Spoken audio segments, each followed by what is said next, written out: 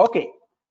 Now, I just wanted to give you a little sense of the Vedic corpus, what it contains and what is the importance of Vedangas, all that we have done. But this Vedic corpus, the Shabda Pramana called Vedic corpus, also it was flowing into all other forms of knowledge which forms the Ashtadasha or the Chaturdasha Vidyasthana. So now we'll connect the Chaturdasha Vidyasthana. Why do you need all these 14?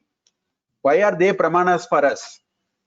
So before doing that, I will take an example of income tax. We'll take a modern day example so that we will be able to quickly understand this concept.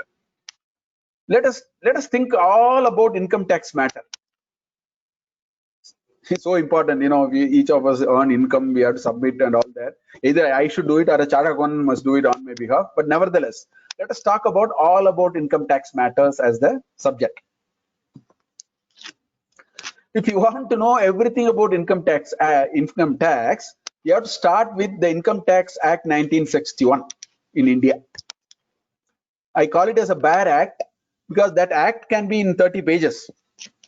Section 1, Section 2, Section 3, Section 10 AA, Section 80 GG, 80 D, 80 UU. It will simply list 355 sections, whatever. It will just 380 sections or whatever. So it is a bare act, crisp. So if you print it, it will all run to only about 50 pages. Now, is it of any use to you? It is of use to me, but only a limited use because I don't know what to do with this. Even a chartered accountant may not know what to do with this. So in order to know more about it, in order to really make use of this bare act, what they will do is they will bring a book called a Guide to Income Tax Act. So every year when the amendments are made, one more book will be printed. So this book will be about 500-600 pages. So what this book will do, it will explain those sections. Section A, 10A means what are all things you should do, what forms you should complete, what should you submit, to whom should you submit, what are the precautions you should take, where it will apply, where it will not apply, all that detail. So the bare act will be expanded so that it becomes usable.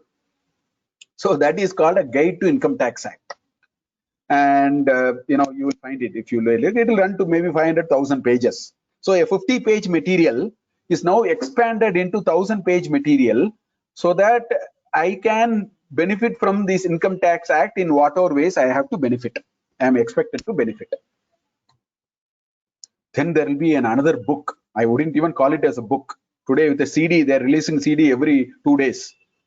Case laws in income tax.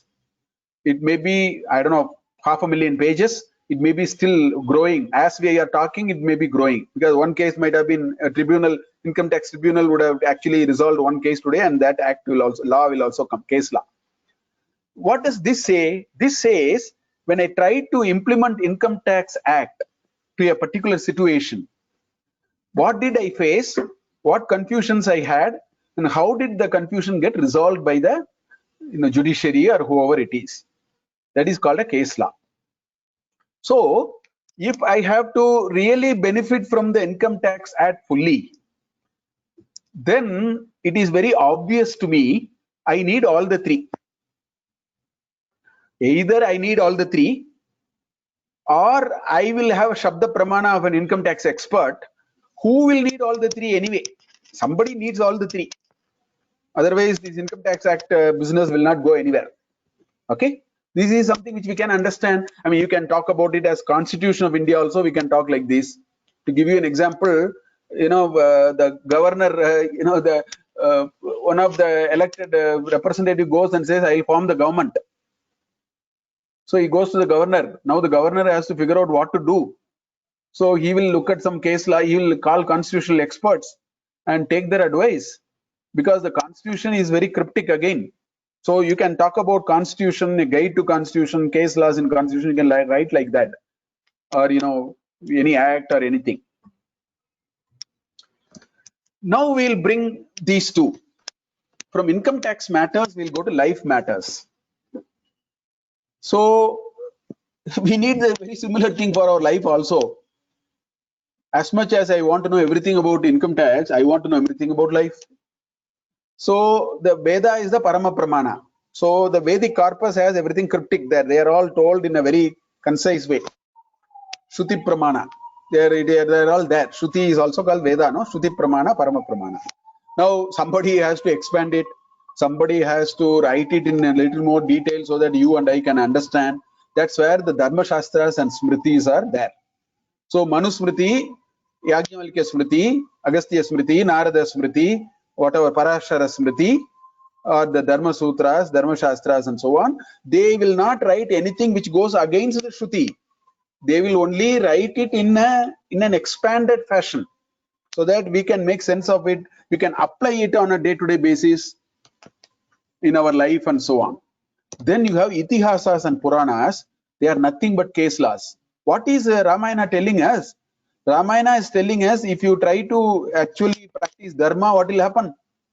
If you don't practice Dharma, what will happen? And Mahabharata tells what are the complexities of the Dharma Sukshma and what are the ways by which the Dharma has to be resolved. These are the subject matter for all these Itihasas and Puranas. Puranas are full of the stories of how Punarjanma will happen, why. In fact, Itihasa and Purana will give you thousands and thousands of stories of how reincarnation happened, the afterlife stories, why it happened, what is the logic. So much is there. So they are the case laws for us. So this is how the Chaturdasha Vidyasthana must be understood. So basically what I am trying to say is, look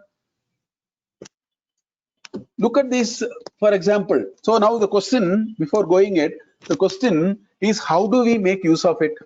There are some practical questions will come. First question, I will come and tell you, sir, I do not know Sanskrit.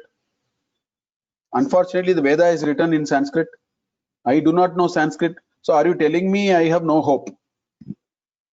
Obviously, I cannot say like that. Then it is an imperfect field of knowledge. So I will tell you, okay, you don't know Sanskrit.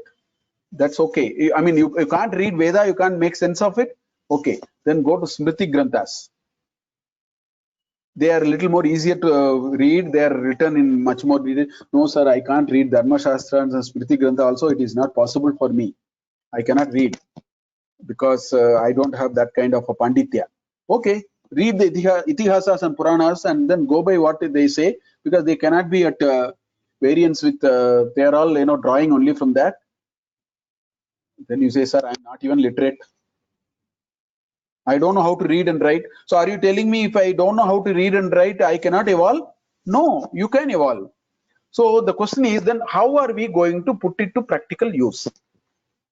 Because our ancestors, the Sanatana Dharma's charm lies here.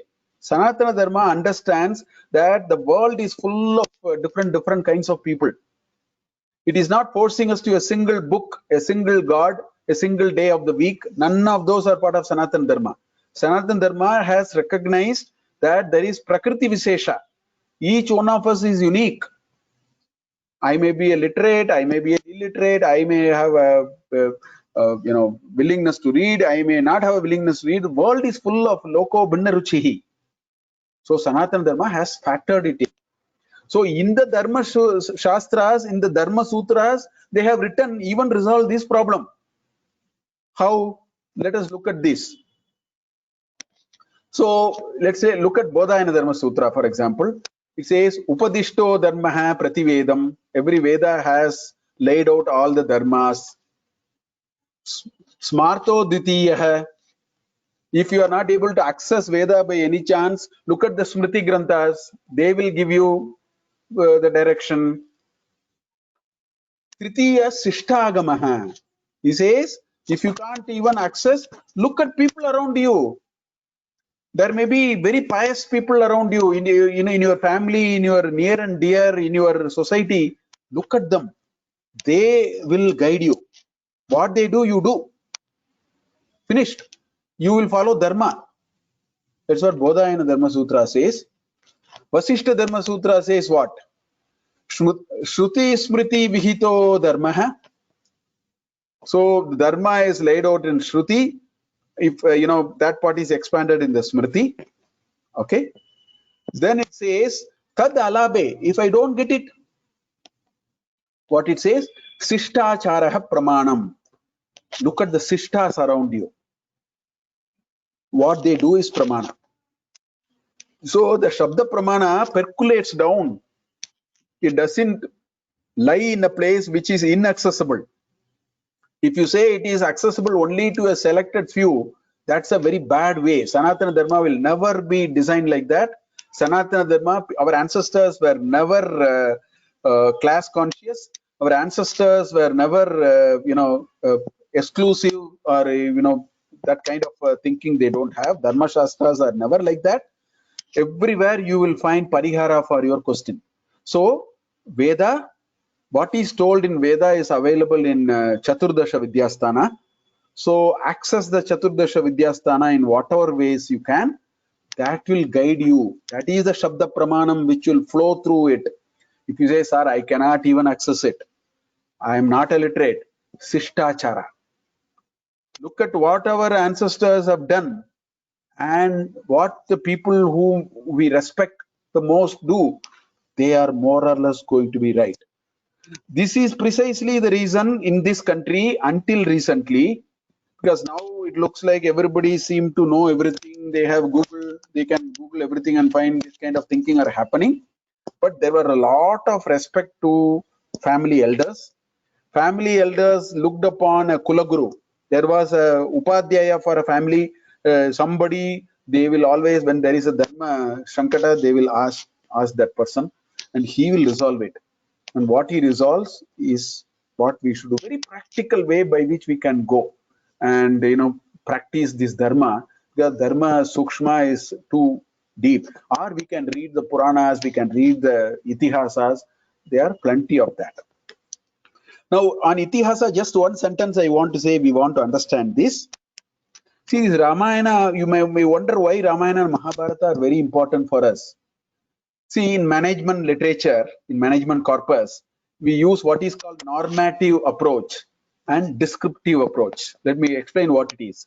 Normative means how we should be. It's an ideal case, how we should be. It's called normative. Descriptive means how I am. That can be a little different. Normative is the idealism. And, the descriptive is pragmatism, meaning realism. I will not say pragmatism, realism. Ramayana is the closest to idealism. Mahabharata is closest to how people behave. In both, there is a lot of dharma if you read. That is why these two itihasas are dharma granthas for us.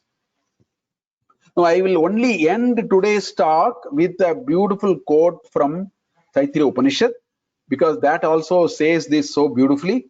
That's why all these granthas have these ideas inside them. If we read, we will get the lessons of life. For example, look at here. Ata yedite karma vichikitsa va vritta vichikitsa va syat etatra brahmana asam marshinaha yukta ayuktaha aluksha dharma kamasyuhu yata te tatra varteran tata tatra vartetah atabhya akyateshu ye tatra brahmana sammarshinaha yukta ayuktaha aluksha dharma kamasyuhu yata te teshu varteran tata teshu vartetah esha adeshah esha upadeshah. He says, when you have doubt in life, ye tatra brahmanaha sammarshinaha, look at those people, yuktaha ayuktaha, they are all very, moral high ground, well composed. Alukshaha dharma kamasyu, they are so inspired only by dharma. Yata te tatra varteran, see how they react to that situation. Tata tatra vartetaha. So when you have doubt, how they do it that way. That is what, in this Taittiriya Upanishad, in the 11th Anuvaka, in that, convocation address, Acharya says. So I want to conclude by saying Shabda Pramanam is Shruti, which is Veda. Dip into the Shruti. If not, Smriti, Dharma Shastras, Purana, Itihasas, all those will give us. If we are not able to even get it, Sishtachara.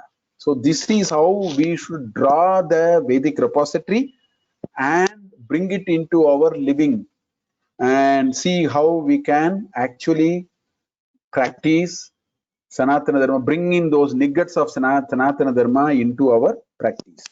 I think with these words, we will close it for the day and continue this discussion in the next week.